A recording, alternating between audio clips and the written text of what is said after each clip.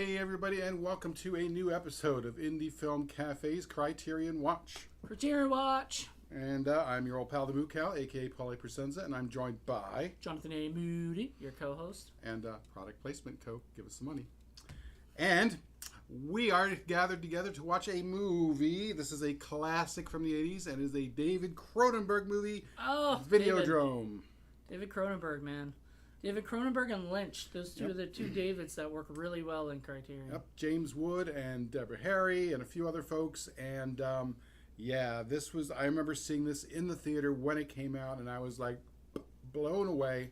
It was amazing. And David Cronenberg loves his body horror, and that stuff always makes me feel icky and weird. But it's really, really good. And this is kind of like the movie that sort of brought body horror to mainstream cinema, as I see it. Right. So, and you were thinking that we might have done this or whatever. I thought we might have. I think I had thought of it or something for like What the Fuck Friday, because I don't really have that many. Because it's a classic film. But it is a What the Fuck. Oh yeah, totally. So I get that. So I'm excited to see it. I've seen like a good amount of it. I just never got to finish it. So, and it's fun because I saw it when it first came out, and then back in Newark at the old State Theater, they would show it every now and again. But that was back when I was in college, and then I haven't been there in years, and I didn't have a version of it until the Criterion came out. So I only recently watched it for the first time in at least 20 years. So it was really, really cool. So this is the 4K Blu-ray combo. There you so go. It's got both. Thank God it's got both because we only have the Blu-ray player here. But that's awesome. So you got both. I remember when you bought this because that was at the Barnes & Noble in Williamsburg or whatever. I was really excited. Yeah, I mean it's one of those movies that and it's kind of perfect because the Criterion sale is coming next month. Ooh. So get ready for that, everybody. All right. So. Well, we'll be back to talk about this film in a few minutes on the flip side, right? Yep, on the flip side, everybody. Bye.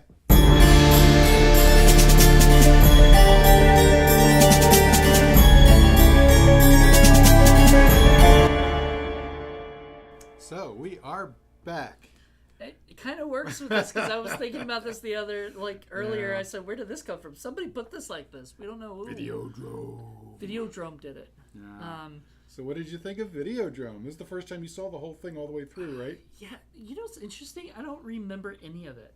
Like, even if I saw some of it, I don't remember where I stopped or whatnot. So it's weird. I could believe it because if you didn't see the whole thing, I don't understand. You really wouldn't be able to understand it. I don't think I would have liked watching it by myself. Because it's not a movie that it's a movie that like engages thought and everything. Like you gotta watch this with somebody else and talk about it afterwards, kind of thing. Yeah, because the idea is that James Woods' character somewhere along the line crosses a boundary, and when he crosses that boundary, reality as he knows it and as we see it ceases to exist, and it all becomes mixed up. Right. And I think it's a little different for various people. I think different people are going to look at it differently, and it's interesting. It's kind of like David Cronenberg is saying we're all going to be going through that in the future, and especially if his political idea is the same, and we all are becoming pawns of one side or the other, and we're not going to know what side we're part of, or even care if mass commercialism is anything to go with, because that was another thing in the 80s that everybody was talking about. It's got a lot of stuff going on in this. This is not just a regular horror film where you've got the point is to just throw out scares and yucks and that's it. And there's a lot more going on. Yeah, I like that. It's kind of a movie where you just sort of like start realizing like what was real, what wasn't. Did I really watch this movie? Am I hallucinating? And the whole idea that especially back in the 80s, I guarantee you, people were sort of afraid of like what people would watch and because there was a lot of that time there was people talking about like, I think even in the movie they mentioned like, aren't you afraid that the people who see the torture and all of these other things are going to go out and do that. Kill people, right? And kill people. And he says, no, like this gives them an outlet to watch that stuff instead of, It's like Dungeons and Dragons. They were like, oh, kids who play Dungeons and Dragons are going to grow up and kill people. It's like, no. What was it, Satanic Panic? Yeah, Satanic Panic, or kids who listen to rock and roll music, especially the heavy metal, we're going to go out and kill people. No, but there was a lot of fear behind stuff because it's basically stuff people don't understand. So we're afraid of it. When it's new, especially, people don't understand it, and even though TV had been out for a while, they're talking Cable. more about like cable, Right. and the fact that there were smaller cable companies that were able to do the stuff that other companies weren't able to do. And I think it's more fitting for now to look back at this now, because like we have so many outlets, we have so many ways that people can view content that how do people monitor it? How do people make sure that, especially with virtual reality and with AI and all these other new concepts, which is why I'm saying, this is ripe for a remake, as long as it's, David Cronenberg or, his family, somebody who understands the material and can redo it for more technologically. I mean, there are other filmmakers that are kind of similar. Like I could see the director of The Witch and stuff doing something like this, or remaking it. Or oh god, what's his name? Del Toro. Guillermo del Toro. I could see I think the director of what is it? The other the guy that we watched for The Lobster. Like he would he would have a blast with the Greek guy, I forget his name. He would have a blast with this. So there's so many people who could do a remake of this that they would do it respectfully and tastefully, and they would do a good job. And it's not like the internet didn't exist in '83. It did. It just didn't really become the mass thing that it is now. Right. I mean, I remember in high school, they actually taught us a little bit of computer programming, the very, very basics of basic. And it was, I remember doing that and thinking, oh, wow, this is what I'm going to be doing forever. No. It changed, it evolved. Yeah, it like that. It was just amazing. And I think that's what's so great about Videodrome, is because Videodrome evolved, Everything you thought you saw or thought was going on changed, like, all of a sudden, and all his hallucinations, just like, one point or another, it changed. And it's just interesting because, having lived through that period, I have a lot more context with what's going on and a lot more understanding. Whereas, you take a 20-year-old now who didn't live back then, and they don't have that context. They're not going to get it. They're going to look at that and say, this was just a bunch of old technology that doesn't exist anymore. This doesn't make any sense to me. You were pointing out, like, there was a big phone, there was the big TV. I mean, everything was the big 80s glasses, and a VR set that was like, it was huge over his end. Everything was so big back then, and now everything is so tiny. Like, your phone, the phone I'm using right now to record this on, is tiny. Oh, it's it's even more powerful than any of the computers they had mass marketed back then. I know. So like, or it's even, the digital age is better than the film age, and everything. People are now going to digital. Now there are people like Tarantino, who's pro, film forever, and he's just one of those cranky old, get off my lawn kind of filmmakers who's never going to change, and that's fine, because as long as he's still able to do it, that's great. It's an interesting, though, antiquated vision of the future. It's just that particular future didn't last very long. I mean, it doesn't even mention cell phones, and 5G is really kind of the thing that a lot of people are afraid of, doing weird things to your head and weird signals and kind of goofy horse shit really like did. that. No. But people are afraid of that, and they don't understand it, and they think that's what they think. It's the government's way of making you go off and do shit. And it's like, no.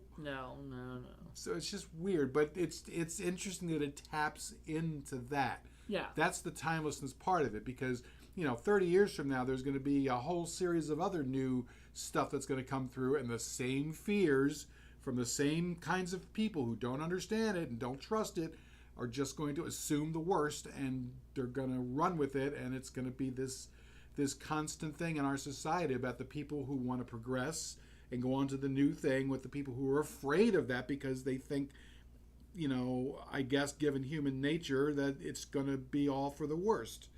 And sometimes it is, but for the most part, it's not. There's going to be that subculture, like the guys, he's got this little cable TV thing that panders to this small subgroup of people who like the weird pervy stuff. There's always going to be that group out there, but that's not most people. So the fear. I don't know how he makes money off of that though, because it is a small group. I couldn't tell you, but I remember back in the day. There was. I remember before if you didn't have cable and you lived in New York City, you could actually get a local TV show that actually did like pornographic stuff and violent stuff. I remember that back then. But outside of New York City, you didn't have that. Maybe LA had something like that, but I think it was just New York City at that point. And it's all completely different now. Now the internet has changed everything. Binge watching has changed everything. There was no Netflix or streaming of any kind back then. Yeah, it's a completely different world. God, the world of porn was completely different. Now anybody can just jump on at any point, anywhere, and just make go their anywhere. own porn, yeah, and find it.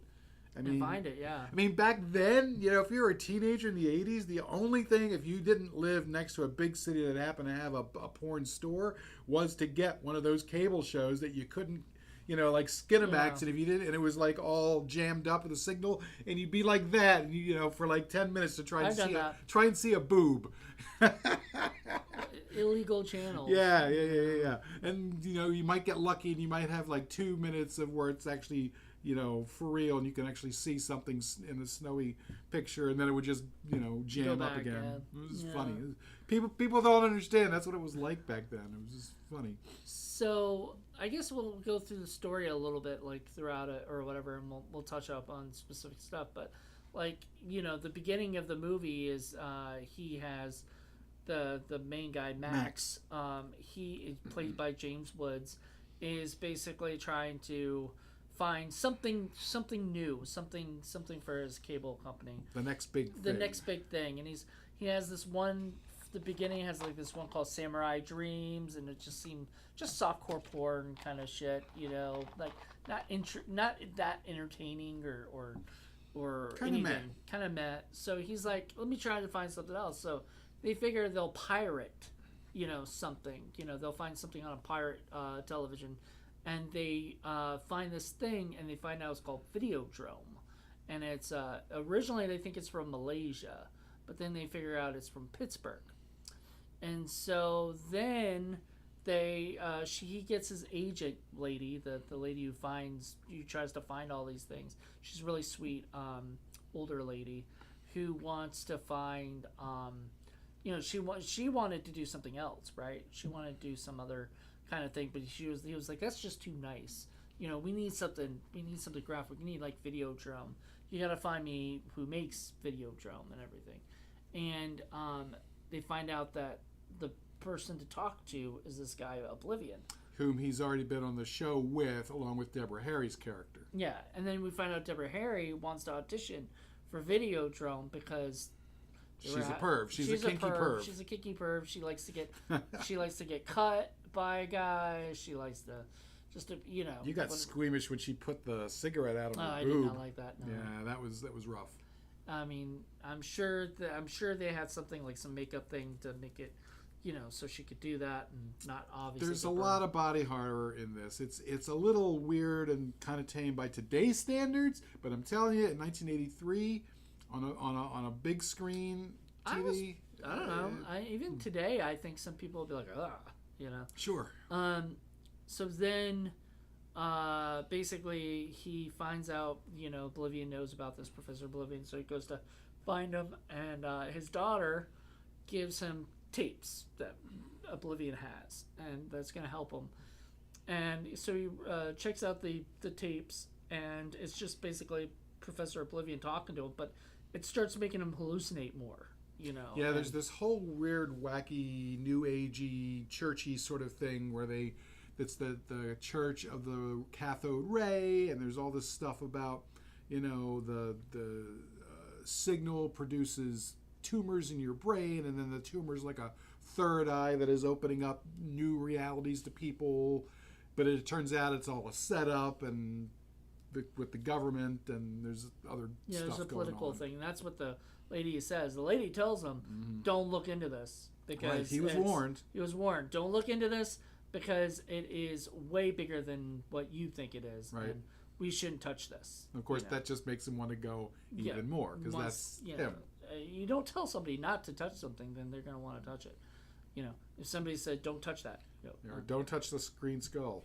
Yeah, exactly. And then you just want, like, why not? Let me touch it. And then especially James Woods' character. I mean, and then you get shocked, and you're like, "Oh, I shouldn't have touched that. Like, I shouldn't have done." What if it does it again? Yeah, right? It's so dumb. But that's what he does. He touches the green skull. He does the stupid shit you shouldn't be doing. Mm-hmm. And so he ends up getting, hallucinating and freaking out. And then he thinks it's all just like some kind of weird thing. That's the point where Cronenberg is playing with us, because he's also subverting our point of view and not letting us know what we're watching. If we're watching reality or dream, somewhere in between, a mix of the two, neither one. It's hard to say. So he goes back to the church to talk to. He wants to talk to Oblivion, I think. Oblivion's daughter says, so you watch the tape, okay. Yeah. And now it's time for you to meet my dad. You go into the room, her dad's been dead. All he is right now is a bunch of tapes. Yeah, he's alive in like 5,000 videotapes. Yeah, so this is all that's left of him, is all these pre-recorded videotapes. But it's weird, because it's pre-recorded, but yet the guy's talking to him. He's dead. How can that happen? Unless that was part of his hallucination. His hallucinations. So it's all of it starting, that started with that, So I can see somebody out there right now scribbling down a script for 5G zombies. I can see it happening. It's already done. Yeah, well, there you go. I think Dustin Ferguson did that. Oh, God. Or had an involvement with that. Jeez. Not surprised. Yeah. So then... so after that, he gets, he starts getting hallucinations start coming to be a part of the big thing. That's what the daughter, kind of explains or whatever. Meanwhile, Deborah Harry's character's been gone, and had decided to go. I guess the secretary told them that she was, wasn't actually sent there, that she had taken vacation and decided to go Bad there move. and do that. But did she or did she not? Oh, she went. Are you sure? She went, yeah. Because they say that, but I'm like, is that a hallucination or is that I real? think that was part of the thing that really happened. That really happened is that because the other girl told her that, that she was gone and that she's been dead for a while, and they've been using it in using the image. For your hallucinations. Poor Deborah Harry. Yeah. Although she was kind of a sad case, really. Yeah, she was messed up beyond repair. And it's kind of like several of the themes in this film are really between the two of them. There's the overstimulation by everything that we want, drugs or sex or booze or whatever, overstimulation and gratification, and then the second thing, I think, is being slaves to technology.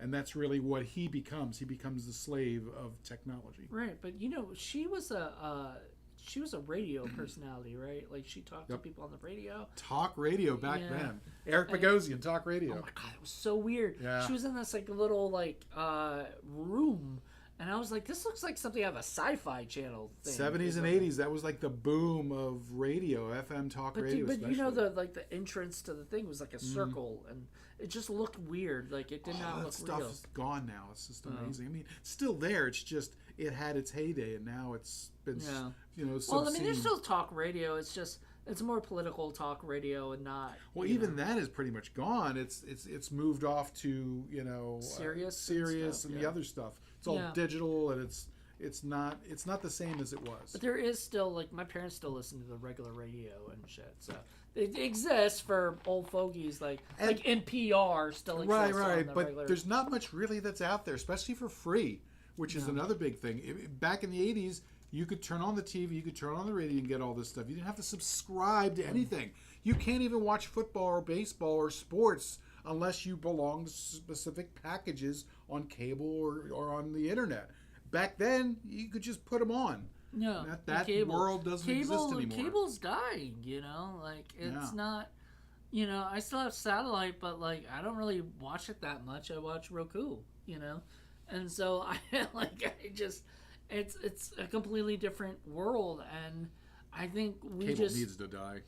Yeah, I mean, 'cause there's really no point to it anymore. I mean, they got way too greedy, and they were all on giving you shit you didn't really want in the first place. Mm. We only wanted like 2 or 3 things, and they gave us 500.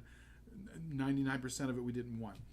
And I mean, there might be other people who want it or whatever, but then there's the other people who don't, you know? So, I don't know. Anyway, so then, basically... So after she kind of talks to him and whatnot, he sort of goes into this, like, I don't know, craziness. But he gets a call, a message that so he gets a message that he's got to meet with this guy. I forgot his name. What's his the salesman guy. The salesman guy, and I don't know the. Now that's the one thing that they could have brought out a little bit more. Because I sensed there was a connection between the glasses that he was peddling and their device. Right. And I wasn't sure if it was because it was to make you more susceptible, or that was going to be the next thing for the headset. It was going to be through the glasses, or if that was glasses that would protect certain people from the waves that were giving you the brain tumor. So I thought when I was watching it that it was just a front for his other stuff, you know? Yes, I think it was more than a front, I think. You think so? Yeah. Okay, because I only got it as a front, so now that you're saying that, maybe, I mean, I get that, so it could have been more, but... Because that's the whole thing with the government, or whoever it was that's part of the government, wants to take it to the next stage, which is to bring it out to everyone. That's true, that's why they did that trade show and right. stuff, and he was going to show off his new glasses, or new stuff, his new wear, taking it to the next stage. Yeah, and unfortunately, fortunately, maybe whatever you want to call it, he didn't get that chance. But anyway, so you see that, you know, he gets a limo, goes in a limo, which has a little TV, you know, and so he goes in there and he meets the guy, and you know, at the optical place or whatever his Spectacular Optical. And meets with the guy, and he's checking out one of the glasses. He's looking at one of the glasses, like, oh, this is going to be one of our new lines, and, you know, this is, you know, blah blah blah. He talks about it a little bit, so maybe that was. I think it was something cool that they were going to do with it. Then he says, "Look, you're hallucinating right now. We don't know what you're seeing, what you're not seeing. So what we want to do is we want to check on you and see what you're doing. But the only way we could do that is to play you like S&M, you know, stuff to kind of stimulate your mind to make you do that." So he puts the headset on. He starts thinking of, and the guy says he wants to leave. I was like, "Oh, of course you want to leave. You don't want to be around. Like, that's, you know." And that's where maybe I'm conflating the movie with a little bit with They Live, because they have the glasses there that let you see, you know, reality, whereas in this, it's more like, it almost feels like the glasses are going to be the next thing that are going to accept the signals. And if you've got the glasses, it accepts the signals, and it's going to be able to control you and show you what they want you to see. Right.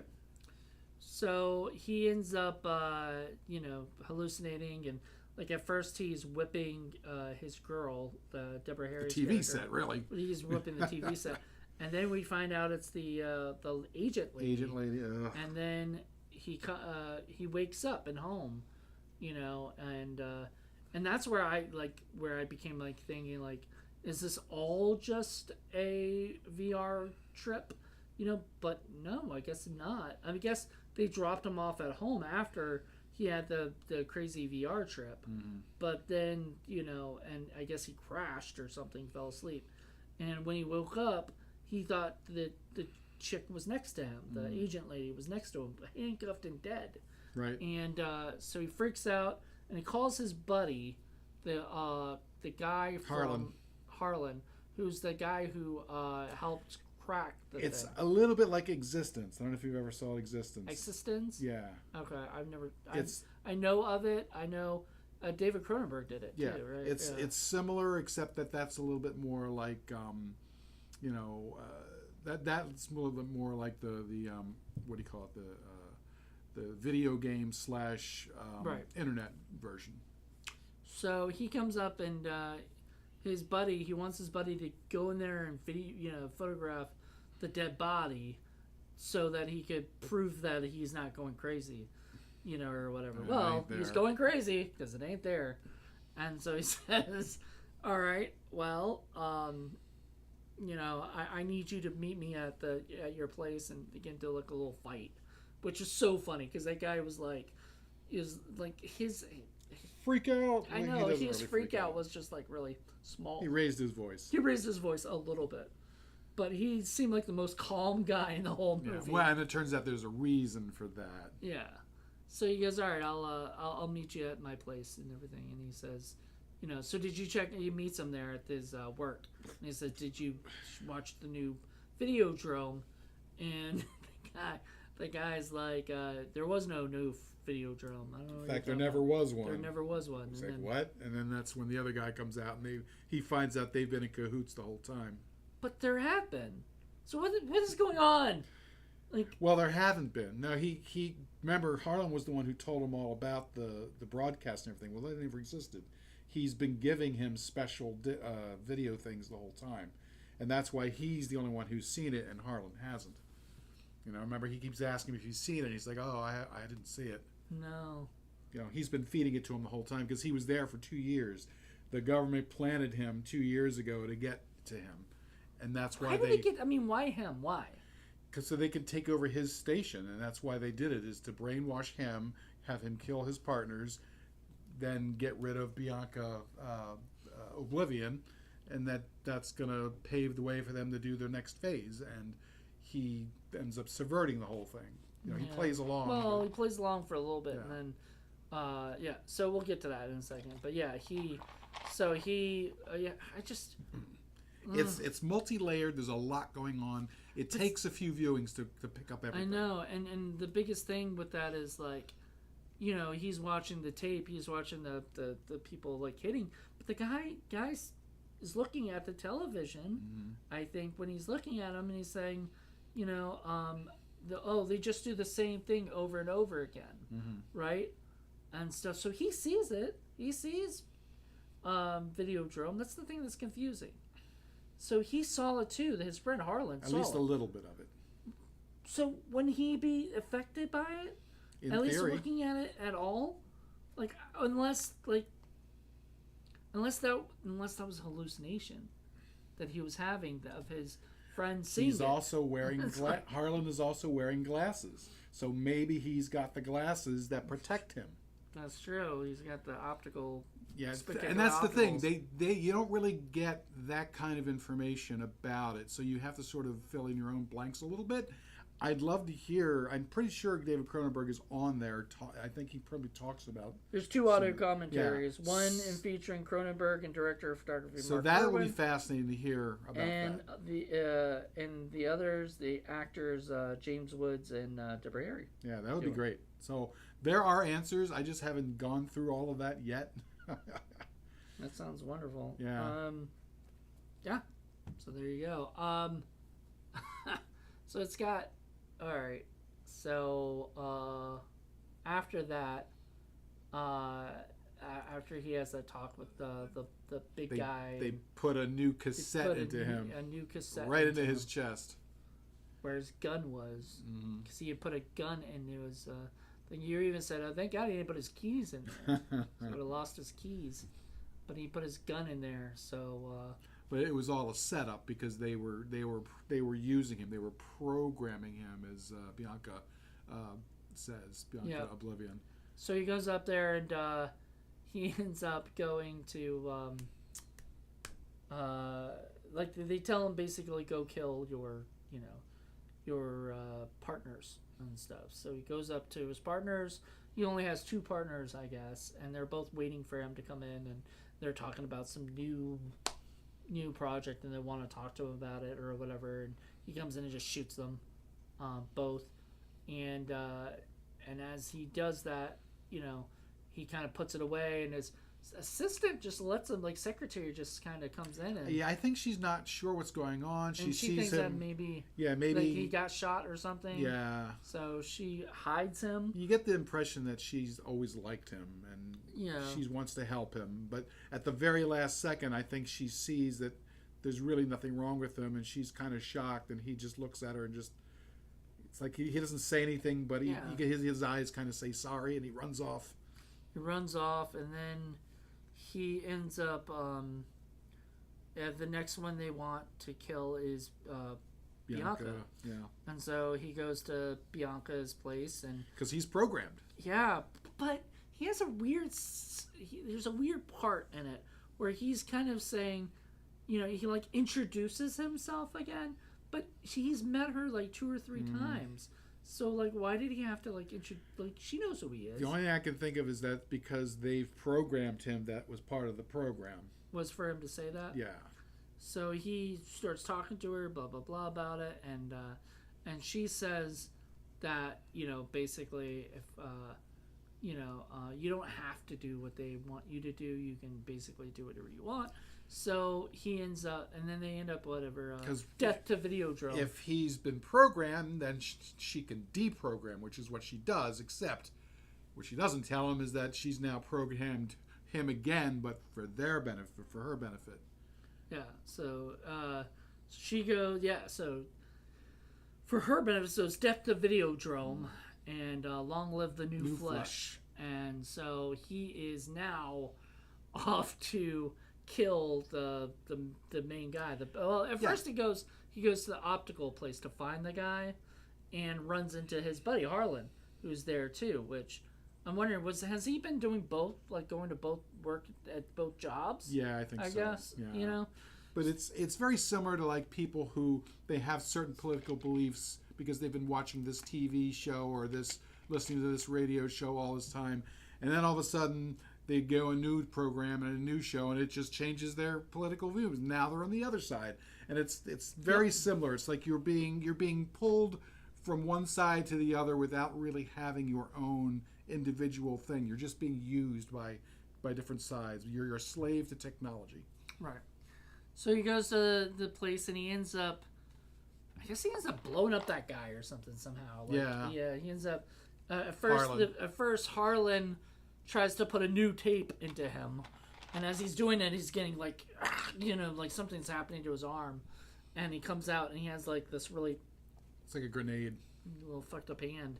It's like, yeah, and so he goes up there and he's pushing him away, like the guy's walking away from him, and then he ends up just blowing up or whatever. Not very convincing explosion, by the way, but It was 1980s, and even though it was a Universal Pictures movie, which I was very surprised. I think Universal just put it out. I don't know if they produced it. No, I don't think they produced it. They just put it out. Yeah, because back in those days, that's what they did. Like a lot of these companies, they needed projects like this. They needed something that was a little bit more independent that they could market and whatnot. That's what they need now. Honestly, Universal, Warner Brothers, all you guys need to just hire independent filmmakers to go out and make content that isn't so expensive, and then make your fucking money back, and then make a profit. It's just me. Anyway, I'm a slave to technology. I'm a slave to the movie stuff.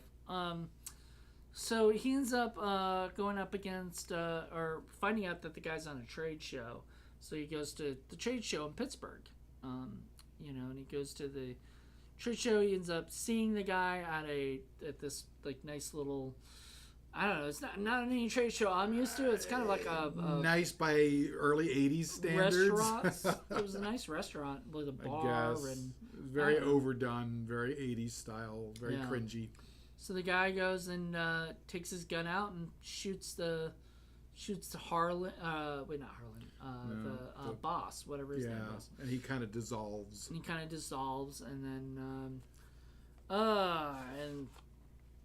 then he has one last mission basically to end this all, which is to kill himself. And then he transform himself into the new flesh. Yeah, so he kills himself first, and then it's not real, so he does it again, and I'm like thinking, is this real? Because he still had the hand like that, you know. I'm like, but it just ends. So I'm like, all right, I guess that was real. I guess that was it. So yeah, so let's talk a little bit about what this comes with. We already mentioned that this is the director-approved 4K and Blu-ray special edition of Videodrome. It's got the two commentaries. It's also got an essay by writers Carrie Rickey, Tim Lucas, and Gary Indiana. So that's, I believe, what that is. Yep. And then it's got a whole bunch of other stuff too. Unfortunately, a lot of this is very tiny scripts. Yeah, I'll read it. I know you got trouble with it. It's got two audio commentary tracks. As I said, featuring Cronenberg and director of photography Mark Irwin. The other actors, Jim Woods and Deborah Harry. There's a short film called Camera, in 2000 by Cronenberg. Maybe we'll do that for Short Film Saturday this month. Forging the New Flesh Forging the New Flesh, a short documentary by filmmaker Michael Linick about Videodrome's video and prosthetic makeup effects. Effectsman, an audio interview with makeup effects creator Rick Baker, baby, and video effects supervisor Linick. Bootleg video, the complete footage of Samurai Dreams, and 7 minutes of other transmissions from Videodrome. Samurai Dreams was the weird soft porn Japanese thing that was inside the show within the show. Yeah, presented in their original unedited form with filmmaker commentary. Fear on Film, a roundtable discussion from 1982 with Cronenberg, filmmakers John Carpenter, John Landis, and Mick Garris. Nice. That's a great roundtable. And it's interesting because there's another part. I mean, there's so many movies that it referenced or that I remember referencing this movie. Like 8mm, that whole part where she's talking about this channel is like snuff TV, and you're just like sort of watching this depraved stuff. I'm thinking, I'm waiting for Nick Cage to walk out any second now and start investigating. You know, it was that kind of level of stuff, and you can definitely see.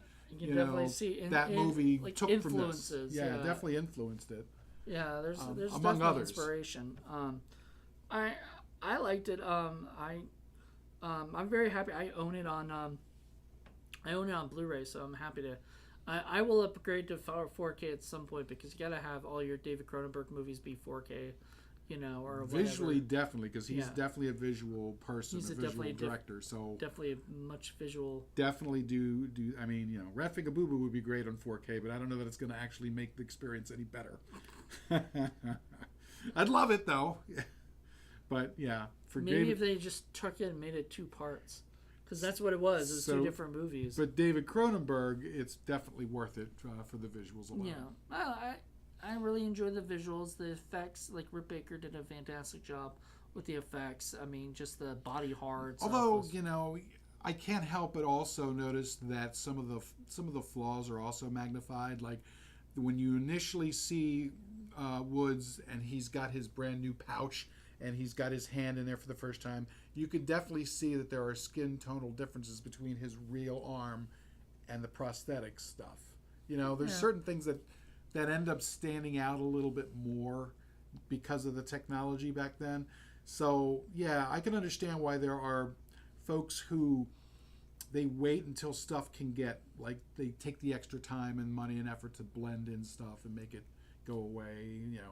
That's why, Lucas ended up redoing Star Wars, and why other folks have ended up... No, Lucas started redoing Star Wars because he had a dream of all these different things he wanted to do, but didn't have the technology at the time to do it, so he just put that shit in there. Like, the characters that are in, like, the cantina scene, none of them were in there, and then just wacky, stupid, annoying CGI or whatever, kind of created characters who I just think I think he was just annoying, because then he goes, but this is my movie, and I'm like, dude, once you've made it and put it out there, it's everybody's movie. It's not just yours. It's just kind of a double-edged sword where it's obviously going to make the visuals better, but it's also going to show off some of the flaws a little bit more too, and that's just part and parcel. It's just we've talked about this before. Even John Ward has mentioned that there are certain movies where the experience is better when it's a little fuzzy, a little pixelated. It just you don't really want the clarity. Cleaned up, it just looks. It doesn't have that same effect. Mm-hmm. Like when take a movie like Videodrome, where the if you open this up, looks like a video cassette. Yeah. It looks like a Betamax. We still have video cassettes here. Look like Betamax. At Indie Film Cafe, of course we do. But there you go. So you get see, it's Betamax because it's got the two little things right here. I feel like. But like, look, you look at this, it looks like a tape, and that those are the sort of movies that you look at these things and you look at they feel scuzzy. They feel, because this is what this movie's about. It's about those movies that are scuzzy and pervy and disgusting and everything. Those are what he wants, because those are what his patrons are paying for. They want to watch, the audience that wants to watch them, they want to watch people get killed. They want to watch people get raped. Sadly, I don't. And we've talked about this because you hate the movie Blood-Sucking Freaks, which you say is a really disgusting kind of show, or movie, because it shows people like trying to enjoy this kind of stuff, and it doesn't makes you feel icky inside. Oh yeah.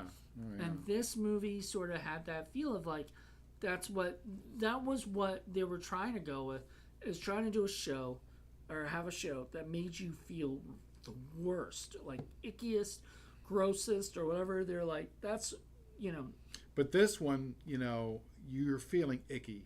Right. Whereas the other one, it was more like, oh, isn't this cool? Isn't this fun? And it's like, so no. You look at this, no. But I'm saying the movies that they were trying to show, like Videodrome itself, the TV show or whatever. Yeah, would have been that kind of thing where it turned that one girl on. Like, that is the pervy gross. Girl. Right, that's gross.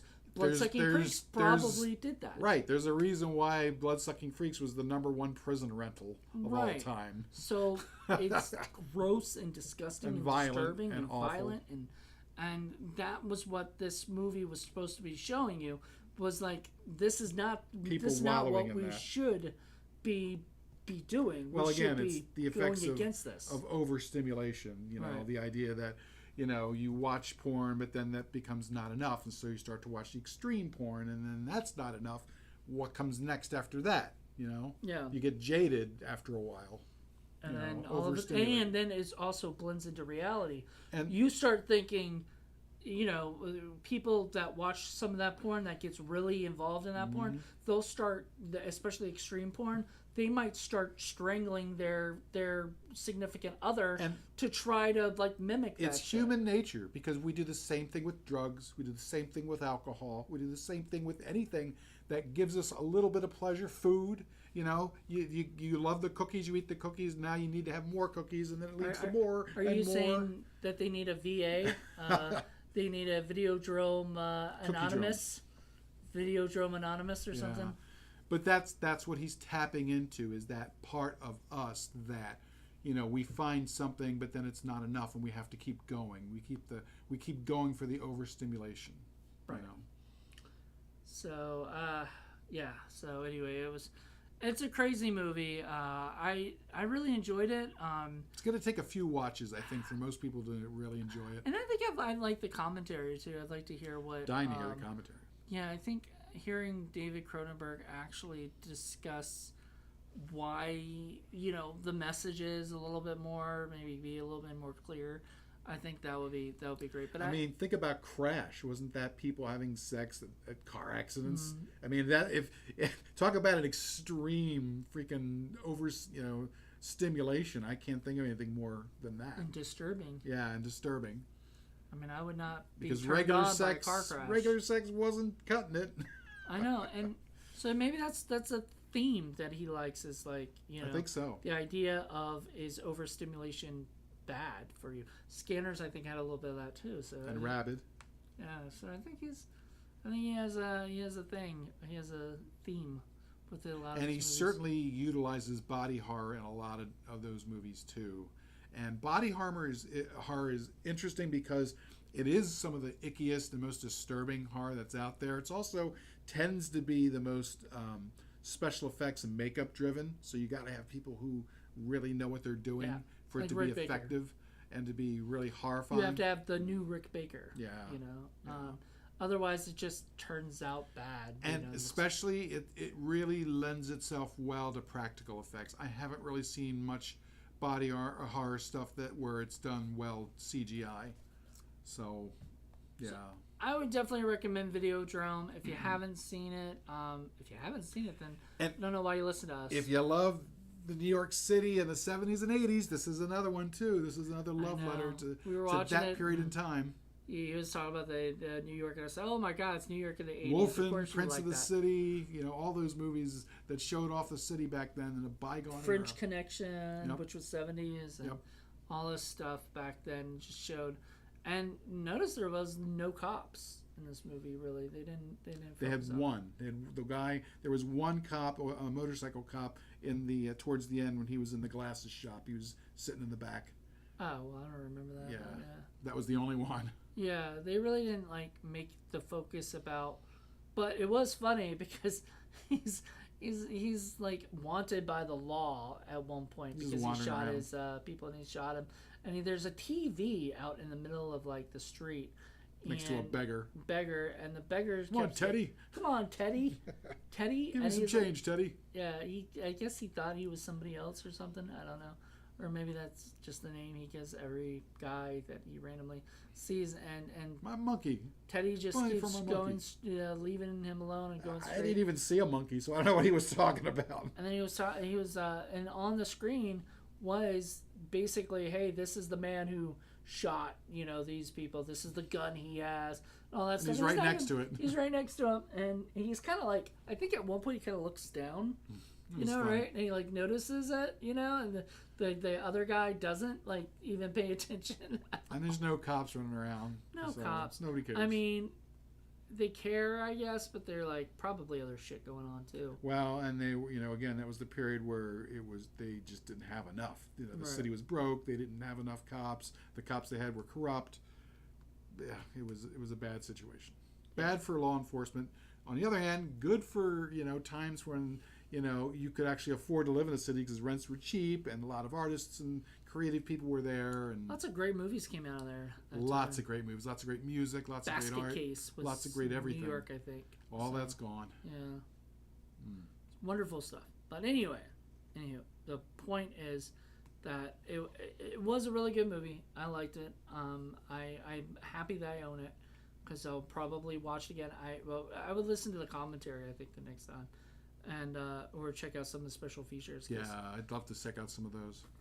I'm very happy you chose this movie of all, and I'm not surprised. And so, by the next time that we do one with him, you'll have more to choose from too. Is this one that Just Jen could sit through? I don't think so. I don't think so. Just because it's too gross. I think she could sit through it. I just don't think she'd enjoy it. Yeah, and she probably would enjoy I think she'd enjoy the message. Because it actually has a political, real message. Mm-hmm. And that was what I was telling Paul before was, nowadays, most movies don't have a message at all. Well, or at least... They don't have that kind of a message. They have these social messages, but they're very ham-handed. Very ham-handed about how they do it. But I'm talking about horror. Horror, a lot of times, don't... it's just... a lot of times, especially the indie route... A lot of it's just people going around killing people. It's very surface. That's it. That's what I don't like. That's why I was, that's why I don't like slasher movies. That's generally what it is. It's just that and that's it. Well, and you look at a movie like Scream, that has social commentary about how we watch too many horror movies and stuff, and we kind of we get into this. Scream like, was kind of the thing. first meta horror film. Yeah, and and then after that, it became like everybody just did the same thing that with Scream. But I guess the people that do like this stuff like that, like, yeah. Like like I said, the guy before, like the guy did The Witch, and Robert the guy Eggers. does The Lobster. Those guys do like horror and have a sort of some kind of message that they really want to make sure people get But across. at the same time, they have a great story with well-written characters and a narrative that makes sense to help bring that message home. Whereas a lot of these other movies, it's all about the message first, and they don't care about the story, and that's the problem. Yeah, it's like, how are we going to tell people that we want to make sure, like, we know that this and this is happening. I'm open to any story or any message you want to give me, but you better wrap it up in a good story, because that's the whole point of the movie in the first place. Mm-hmm. And if you don't attend to that, it's not going to be good. Mm-mm. I don't care what your message is. No, sir. So there you go. Definitely watch it for the message and for the movie itself. I think there's a lot of messages in this one, so you might, like I said, might take a couple of viewings before you can get through it all, but it's well worth it. Viewings as in, like, you watch it once, then you're like, yeah, let me chew on it a bit, watch it again. Yeah, watch it again. And I mean, this is something I could see watching over and over again, because it'll probably, now that you've seen all the way to the end, you can kind of look back and go, okay, wait, how did that work? What did that, is that real? Is that not real? Mm-hmm. Like, did he ever kill that lady? And I miss movies that you have to chew on a little bit. That it's not just instant gratification and that's it. He never sees the Asian lady again. So did he kill her for real somewhere? And it just wasn't at his house? Mm-hmm. Or, I mean, who knows? So it is open-ended and very, what do you call it? My brain doesn't work anymore. And poor ambiguous. Yeah, poor Deborah Harry's character. She's the one who asked to watch Videodrome, and you got any porno? Yeah, she asked for the porno first, and then he's like, really, like, and she's like, what about Videodrome? It really turns me on. I'm like, okay, like, even that's and good to know. Torture turns her on and shit. So that was so weird. But she freely admits she's overstimulated. That's part of the thing. She's giving advice to all these people, yet not taking her own advice. Mm-hmm. I think a lot of that had something. There's something there to be said about that. So I don't know. It's just a crazy ass movie, man. I thought of, like, even though I hadn't seen it, I knew this was a what the fuck kind of movie. So I thought about What the Fuck Friday for it. And then I was like, I'm glad you did it for Criterion Watch, because it's a Criterion film and it deserves to be talked about. Mm-hmm. Eventually we'll do Scanners, I'm sure. Oh, yeah. But and a few other. Cronenberg's got some really good stuff. Yeah, Cronenberg and Lynch both do a lot with Criterion. Mm-hmm. So go check a lot of their stuff out. But anyway, I hope you guys enjoyed this. Let me know what you guys think. Have you seen Videodrome? If not, why did you listen to our... If you have, raise your hand. I still don't know who did that. It was not me. Wasn't me. Maybe it was Joe. Joe Turk was one of the last ones here. I think they did it itself. So let's not think that way. Or is it really here? It could be. Or is it not really Someone's given us a hand. I don't know who it is. All right, everybody. Hope you guys enjoyed this. And we will be back next month with a brand new episode of Criterion Watch. Until then, everybody. Bye. He's waving bye-bye.